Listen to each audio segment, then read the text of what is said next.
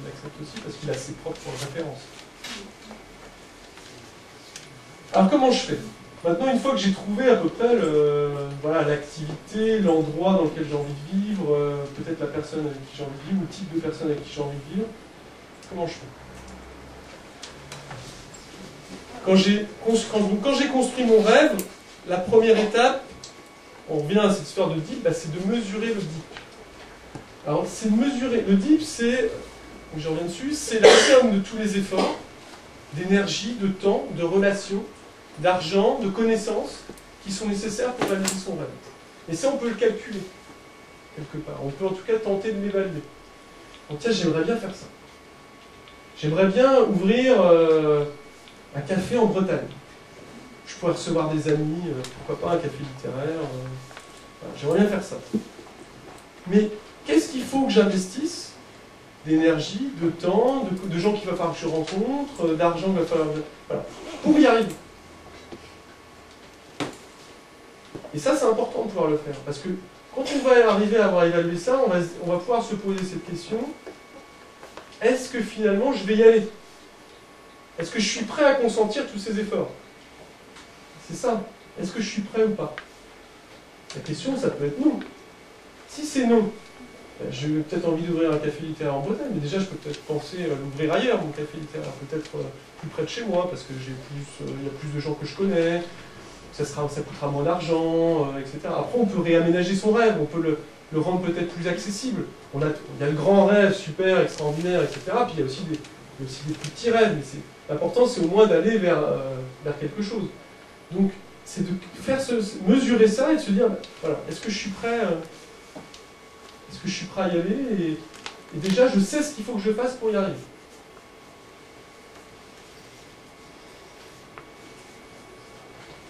Alors ensuite, il faut mobiliser ses ressources. Ben, c'est simple, on a calculé ce qu'il fallait pour y arriver. Tout ce qu'il fallait. Il me faut 50 000 euros.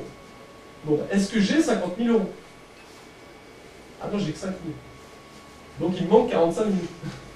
Mais on va faire tout simplement, on va essayer de mesurer l'écart entre ce qu'il est nécessaire d'y avoir pour y arriver et ce que j'ai, ce que je possède. Alors là, c'est là où la confiance en soi, effectivement, dont vous parlez madame, elle est importante, parce qu'il ne faut pas non plus, voilà, c'est sûr que si on se dévalorise surtout, on se dit, en gros, il faut que, parce qu'on a tous des relations, on a tous de l'énergie, on a tous des capacités, il ne faut pas qu'on se dévalorise là-dessus pour ne pas faire un trop grand écart. Mais en étant sincère, honnête, essayez de mesurer ces écarts. C'est-à-dire, voilà ce que j'ai, voilà ce que j'ai sur la table, voilà ce qui me manque. Et après, on va aller chercher ce qui me manque.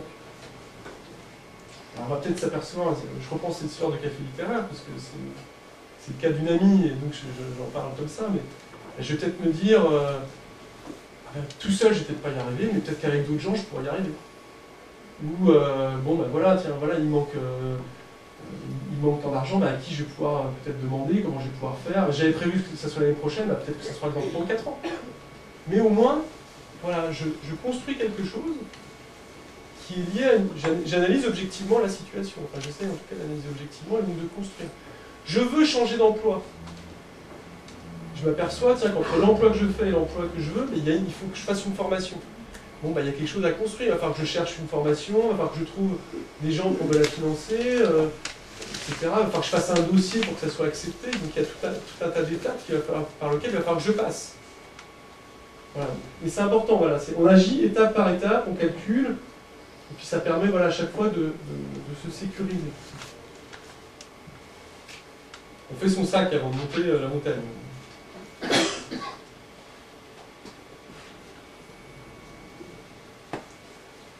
Alors ici, donc là, j'ai voilà, listé toutes les ressources, mesurer les écarts. Alors j'ai parlé de trouver des sponsors, vous faire des amis. Alors ça si j'en reviens à la question de madame tout à l'heure qui parlait, qui disait mais oui, mais comment convaincre ceux qui nous entourent que finalement il faut qu'on peut changer. Alors ça, c'est vrai que quand on veut changer, on s'aperçoit que nos amis, les gens les plus proches, bah, c'est pas du tout ceux qui vont nous aider le plus. C'est souvent ceux qui vont dire « t'es fou, ça va pas, tu te planter, c'est très dangereux ». Parce qu'en fait, le problème du changement, c'est que nous, on veut changer, mais que les autres en face de vous, ils ont une image. Vous êtes, par exemple, Céline, qui est libraire. Voilà, Céline, elle est libraire dans leur tête. Alors quand Céline, elle décide de devenir, je sais pas, charcutière, j'ai une grosse bêtise, ça pose un problème. C'est plus Céline libraire, c'est Céline charcutière, mais ça va, dans ma tête, ça va pas. Donc, ça veut dire que moi-même, il faut que je change. Donc comme j'aime pas changer en général, comme c'est pas évident, bah, je vais dire à Céline, je vais dire, bah non, écoute, reste libraire, c'est quand même mieux. Donc c'est-à-dire, la difficulté, c'est que quand on veut changer, c'est vrai qu'il faut trouver des gens qu'on va convaincre de nous aider. Parce que si on convainc des gens de nous aider dans notre entourage proche, ou même d'autres gens, des gens qu'on peut rencontrer aussi, des gens qui sont moins proches, des gens qu'on rencontre, je sais pas moi, voilà, dans une soirée comme celle-ci, voilà, bah tiens, j'ai rencontré quelqu'un. Il faut rencontrer des gens qui sont autour de nous, et il faut leur dire, voilà mon projet. Est-ce que tu pourrais, qu'est-ce que tu en penses, et éventuellement, est-ce que tu voudrais bien m'aider à ton niveau? Mais déjà, qu'est-ce que tu en penses? Et hop, on va impliquer des gens comme ça dans notre changement, et c'est ces gens-là qui vont nous aider, en fait, à changer réellement. Parce qu'ils vont nous soutenir quelque part. Eux, ils n'ont pas d'a priori, ou eux, ils ont envie qu'on change. Donc c'est sur cela qu'il faut s'appuyer. Et les autres, il faut les laisser. Voilà. Une fois qu'on aura changé, ils l'accepteront. Parce qu'en fait, on ne peut pas vraiment convaincre. Ou à moins de leur demander de l'aide. Mais celui qui n'est pas convaincu, pour vous aider, ça va pas être évident. Donc trouver des gens, soit parmi ses amis proches, soit à l'extérieur de son cercle d'amis, sur lesquels on va s'appuyer. Nous, c'est ce qu'on dit toujours. J'ai le cas d'une jeune femme, en fait, elle travaillait dans une entreprise où on fait la téléphonie, vous savez, des gens qui vous appellent. Comment? Une plateforme, voilà, une plateforme téléphonique. Et aujourd'hui, elle est en formation à Sainte-Catherine pour devenir cuisinière. Qu'est-ce qu'elle a fait pour devenir... C'était exceptionnel. Donc elle a commencé, donc nous on lui avait conseillé, on lui a dit, écoutez, déjà aller rencontrer des cuistots, pour savoir qu'est-ce que c'est que le métier. Découvrir le métier pour valider son choix. Donc elle est allée rencontrer des cuistots, etc., elle a discuté avec eux. Et quelque part, en allant les rencontrer, en les interrogeant sur leur métier, c'en est fait des amis. Des petits amis, on va dire. Ah bon? Non, oui, bref. Et du coup, donc elle a fait ça pendant, on a trouvé des financements, etc. Elle est en formation à Sainte-Catherine. Et la personne qu'elle a rencontrée dans le cadre de cette première rencontre, c'est la personne qui l'a pris en stage. Toute l'année pour l'accueillir au sein de son restaurant. Il y a quelque chose qui s'est créé à ce moment-là dans cette première rencontre et qui lui a donné une opportunité derrière. Et l'autre personne, elle a dit, mais c'est super, vous êtes en train de changer, je vous donne votre chance, je vous prends en stage. Et donc là, elle est en stage pendant 1 an. Alors elle avait fait un truc aussi assez formidable pour convaincre ses amis. Bon, elle avait organisé un masterchef. Donc voilà, elle les avait reçus, puis ils devaient noter, etc. C'est une petite initiative, mais c'est drôle et en même temps ça permet de... Voilà, ça permet de donner un petit peu de cohérence et de consistance à son projet. Alors ensuite, faire appel au bon génie. Alors j'aime bien ce concept de facteur Aladdin, c'est moi qui l'ai créé, c'est un américain, auteur américain. Alors, vous connaissez l'histoire d'Aladin. Aladin, il a une petite lampe, il y a un grand génie qui sort, puis il a 3 vœux à faire. Alors, on se rend compte que nous, dans nos vies, on a tous des génies.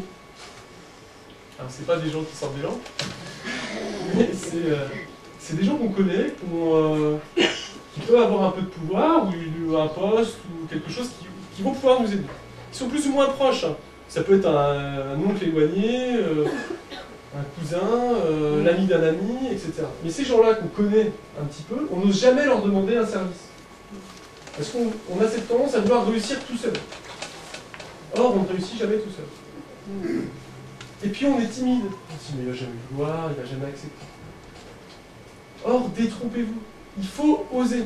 Parce que les gens qui ont un petit peu de pouvoir ou un petit peu de possibilité de vous aimer, il y en a en tout cas une bonne partie qui vont aimer ça. Ils vont aimer, en quelque sorte, vous permettre d'exercer leur pouvoir, tout simplement. Ils vont aimer vous aider. Donc il faut vraiment, là, il faut oser demander aux gens. Après, ils vous disent non, tant pis, pas grave, c'est fini. Mais par contre, ils vont peut-être vous dire oui. Alors, un petit conseil, formulez bien votre vœu, hein, parce que parfois, c'est comme dans l'histoire d'Aladin, on est un peu surpris par ce qu'il nous propose. Donc voilà. Donc, pensez, voilà, j'ai un projet, j'ai listé toutes les difficultés, j'ai listé tout ce que j'avais. Tiens, mais il faudrait, ça serait bien, peut-être que j'ai l'appui de telle personne, il pourrait peut-être m'aider là. ben, je vais le voir. J'hésite pas. J'hésite pas à demander, et à tous les gens que je connais qui peuvent m'aider, je leur demande. Il y en a qui me diront non, il y en a qui me diront oui. Les gens qui me diront oui, ben, ils auront l'impression de participer à une aventure, ils auront l'impression de participer à quelque chose. Et ça sera les premiers clients de votre restaurant ou de votre chambre d'hôte, ça sera les premiers à venir, je sais pas moi, à vous envoyer un client dans votre petit commerce ou dans l'entreprise où vous serez, parce que vraiment ils se seront impliqués dans le truc. C'est ça qui... ça marche vraiment ça. Alors ensuite, l'étape 6, c'est de construire son plan d'action, sa stratégie, concrètement, comment je fais. J'ai tout listé, voilà, ben voilà les personnes que je vais aller rencontrer, voilà les formations que je vais faire, voilà, voilà ce que je vais devoir apprendre, les livres que je vais lire, voilà, voilà toutes les petites actions, les endroits que je vais aller visiter. Toutes les petites actions qui vont me permettre d'y arriver, je vais les lister. On écrit tout. Alors des fois ça paraît beaucoup, mais en même temps à chaque fois, bah, quand on avance, après on raye les lignes, les unes après les autres, et puis on se dit tiens, bah, j'avance. Ça y est, ça se concrétise. Et c'est comme ça qu'on arrive à aboutir. Donc cette partie-là, elle est vraiment importante. Donc les trucs à prévoir, les gens à rencontrer, les démarches administratives à effectuer, les soutiens à trouver, et tout ça avec un petit calendrier. Donc moi j'espère changer en 2013. Bon ben voilà, il me reste 4 mois. Bon ben voilà comment je vais faire. Tiens, je vais voir telle personne. Après le calendrier il sera respecté ou pas. Mais c'est vraiment de structurer sa démarche, de structurer sa façon d'avancer. Parce que sinon on n'avance jamais. Hein. C'est étape après étape. Il ne faut pas regarder que l'objectif final, il y a des objectifs intermédiaires. Comme ça, on prend confiance. On se dit, tiens, j'ai réussi à atteindre la première étape, maintenant je vais essayer d'atteindre la deuxième. Et hop, on avance comme ça. Parce que sinon, si on vise que la dernière étape, on peut se décourager, on peut...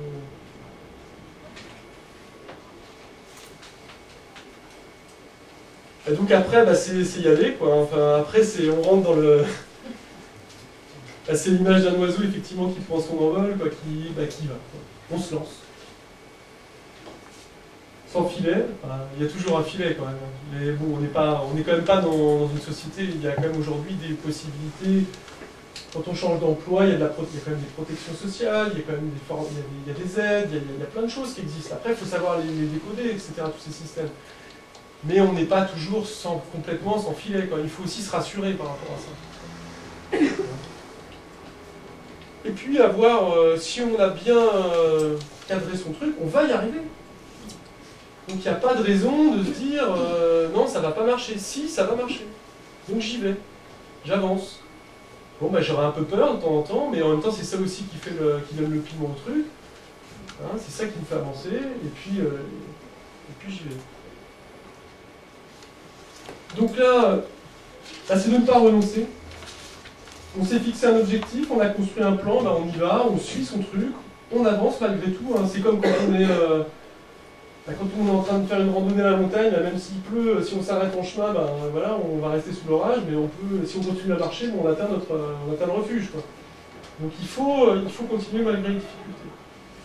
Donner sans compter. Alors ça c'est important, c'est quelque chose que j'essaye de faire et que j'essaye aussi d'impulser. Parce que je reçois beaucoup de gens aussi, par exemple, dans le cabinet, qui viennent, par exemple, qui cherchent un job, un truc comme ça. Alors moi je leur propose, je leur dis, bon, je peux vous proposer un petit stage. Alors la première réaction, des fois, c'est de dire, est-ce que c'est payé aussi? Je dis, malheureusement, non. En fait, j'ai pas vraiment besoin de personne, moi, si vous voulez. Je dis, non, c'est pas payé. Alors ça, c'est difficile de se dire, allez, je vais faire un truc, c'est pas payé, c'est gratuit. C'est pas forcément dans notre façon de réagir. Mais en même temps, si je le fais pas, j'ai aucune chance de me créer une opportunité, j'ai aucune chance de créer des relations avec de nouvelles personnes, j'ai aucune chance de découvrir quelque chose. Donc, moi je pense que c'est essentiel, et c'est ce que j'essaie en tout cas de faire, et je pense qu'il faut essayer de le faire, c'est de donner. On y va, on n'espère rien, et sans doute qu'il n'y aura rien, mais c'est pas grave, je le fais, puis on verra. Et croyez-moi que sur l'ensemble, finalement, c'est quand même, on s'en sort plutôt bien au final, par rapport au temps qu'on a. Parce qu'on rencontre des gens, fait une rencontre impromptue. Et puis tout d'un coup, notre vie, elle change, et puis une difficulté se lève, etc. C'est comme ça, voilà. C'est vraiment, il faut y aller, il faut donner, et puis bah, tant pis, bah, si des fois ça marche pas. Apprendre de ces difficultés, il y aura des échecs, il y aura des moments difficiles, c'est sûr. Mais ces moments-là, ils sont aussi importants que les autres. Ils vont nous apprendre des choses aussi. Je rencontrais hier, je discutais avec un petit chef d'entreprise qui fait de la vidéo, l'IA Production, je ne sais pas si vous connaissez, je vais faire un petit peu de pub, ça voilà. Il me ramenait d'une formation et il me racontait qu'il avait pris deux salariés, et puis bon, moi ça s'est mal passé, enfin bon, sa boîte a failli couler, bref, c'est un tout petit chef d'entreprise, enfin, c'est plutôt un indépendant, on va dire. Et au final, bah voilà, il a quand même réussi à remonter sa boîte et il a appris plein de choses. Et bah, c'est ce que j'essaie de lui dire pour lui remonter le moral. Et je pense qu'il va continuer. Voilà, il y a des difficultés, le changement, ça peut. Mais on y arrive, on apprend des choses, puis après on progresse. Donc voilà, garder la foi, être optimiste, aller de l'avant, agir. Donc c'est. Il faut avoir de l'énergie, il faut avoir des gens pour nous soutenir, mais il faut, voilà, c'est ça, hein, c'est de la volonté quelque part, hein, de changer. Avant tout, en fait.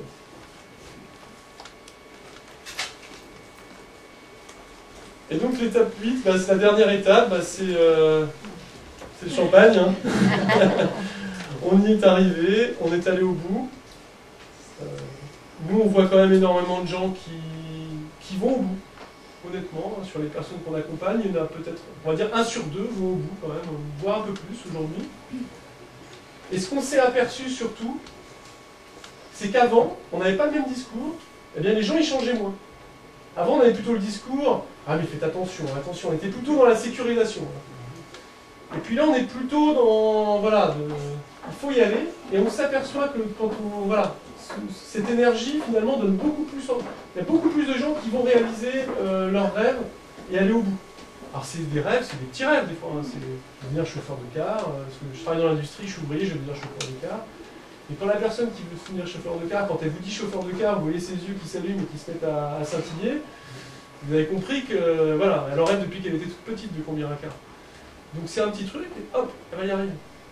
C'est des gens qui viennent cuisiner comme ça, elle a débarqué dans mon bureau il y a 15 jours, avec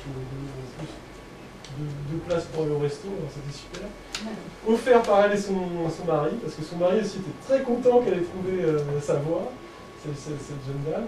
Et donc nous, bah voilà, on ira déjeuner, on ira dîner dans le restaurant où elle est en stage, parce que c'est sympa, on est content, on a envie de voir un peu comment ça se passe, qu'est-ce qu'elle cuisine, etc.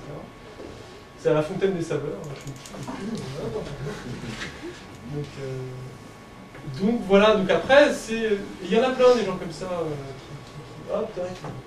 Il y en a certains qui sont présents aujourd'hui, j'en ai vu, et qui sont allés, voilà, qui ont réussi le changement. Donc soyez confiants, soyez optimistes, ayez la foi, agissez étape par étape, essayez de bien identifier ce que vous voulez avant. C'est des conseils, je ne peux pas non plus voilà, vous accompagner ce soir individuellement. Après, c'est, comme je vous disais, c'est peut-être voilà, avoir un ami, quelqu'un avec qui vous pouvez faire ce travail, ou seul, si vous vous sentez de le faire seul, ou accompagné par des professionnels. Il existe aussi des dispositifs d'accompagnement qui peuvent être financés, etc. Notamment le bilan de compétences existe, qui peut être quelque chose d'intéressant pour se faire accompagner. Voilà, mais après, c'est chacun choisit son truc. Soit je me fais accompagner par quelqu'un d'autre, soit je le fais tout seul, soit chacun, voilà, en fonction de son ressenti, de son besoin, doit être capable de... Est-ce que j'ai répondu à certaines de vos questions ?